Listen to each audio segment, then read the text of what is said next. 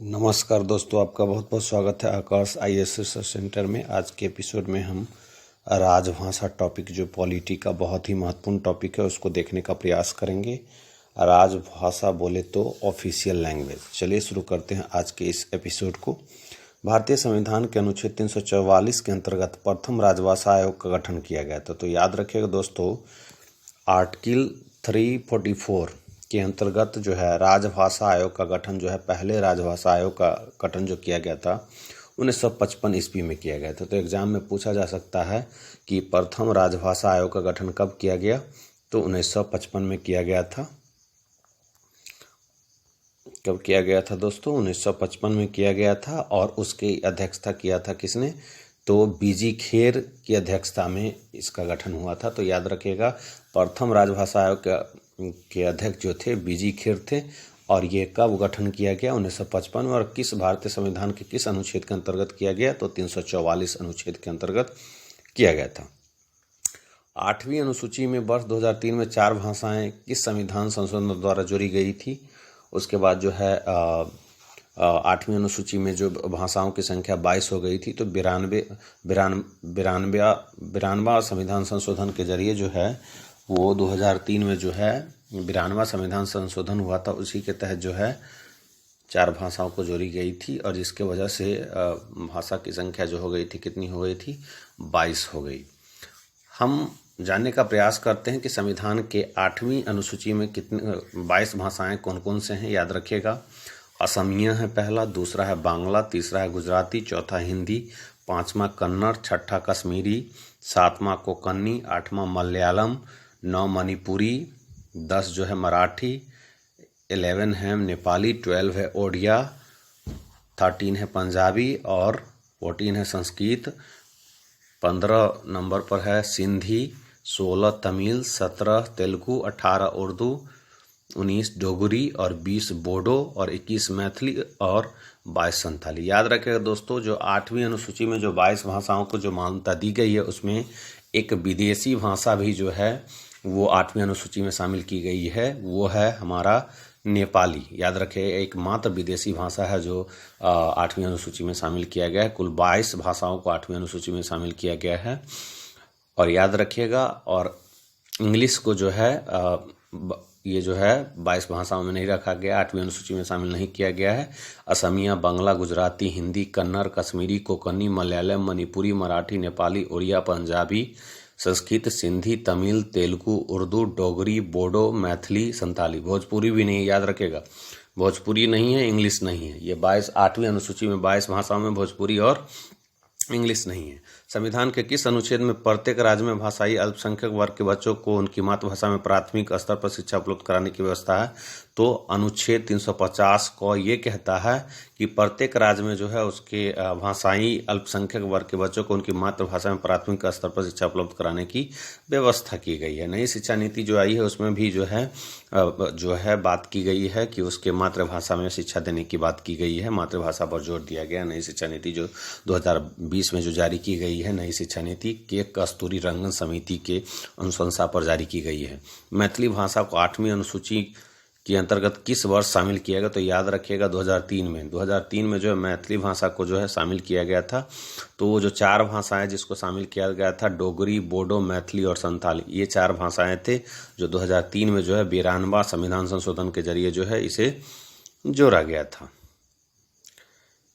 अब है 71वां संविधान संशोधन द्वारा वर्ष 1992 में संविधान के 8वीं अनुसूची में नेपाली, कोंकणी और मणिपुरी भाषाएं जोड़ी गई। याद रखेगा, 71वां संविधान संशोधन के जरिए 3 भाषाओं को जो है जोड़ी गई थी 8वीं अनुसूची में। वो है नेपाली, कोंकणी और मणिपुरी। याद रखिएगा, गोवा का भाषा है कोंकणी, नेपाली नेपाल का भाषा है, मणिपुर का भाषा जो है वो मणिपुरी है।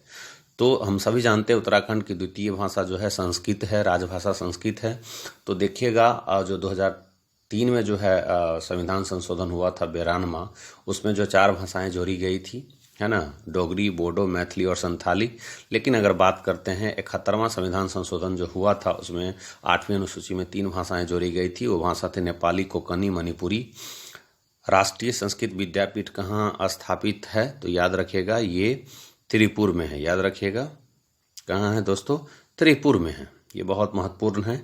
अब तक 6 भाषाओं को शास्त्रीय भाषा का दर्जा हो चुका है। याद रखिएगा, राष्ट्रीय संस्कृत विद्यापीठ कहाँ स्थित है? तो तिरुपति, आंध्र प्रदेश में। याद रखिएगा, अब तक 6 भाषाओं को शास्त्रीय भाषा का दर्जा दिया गया है, जिसमें से तमिल को 2004 में, संस्कृत को 2005 में, तेलुगु को 2008 में शास्त्रीय भाषा का दर्जा दिया गया, कन्नड़ को जो है कर्नाटक का भाषा है जो कि 2008 में, मलयालम केरल का भाषा है जो कि 2013 में, और ओडिया उड़ीसा का भाषा है जो कि 2014 में इसको जो है क्या दिया गया दोस्तों? याद रखिएगा, ये जो दिया गया था आपको शास्त्रीय भाषा। अब तक कितने शास्त्रीय भाषा हैं भारत में?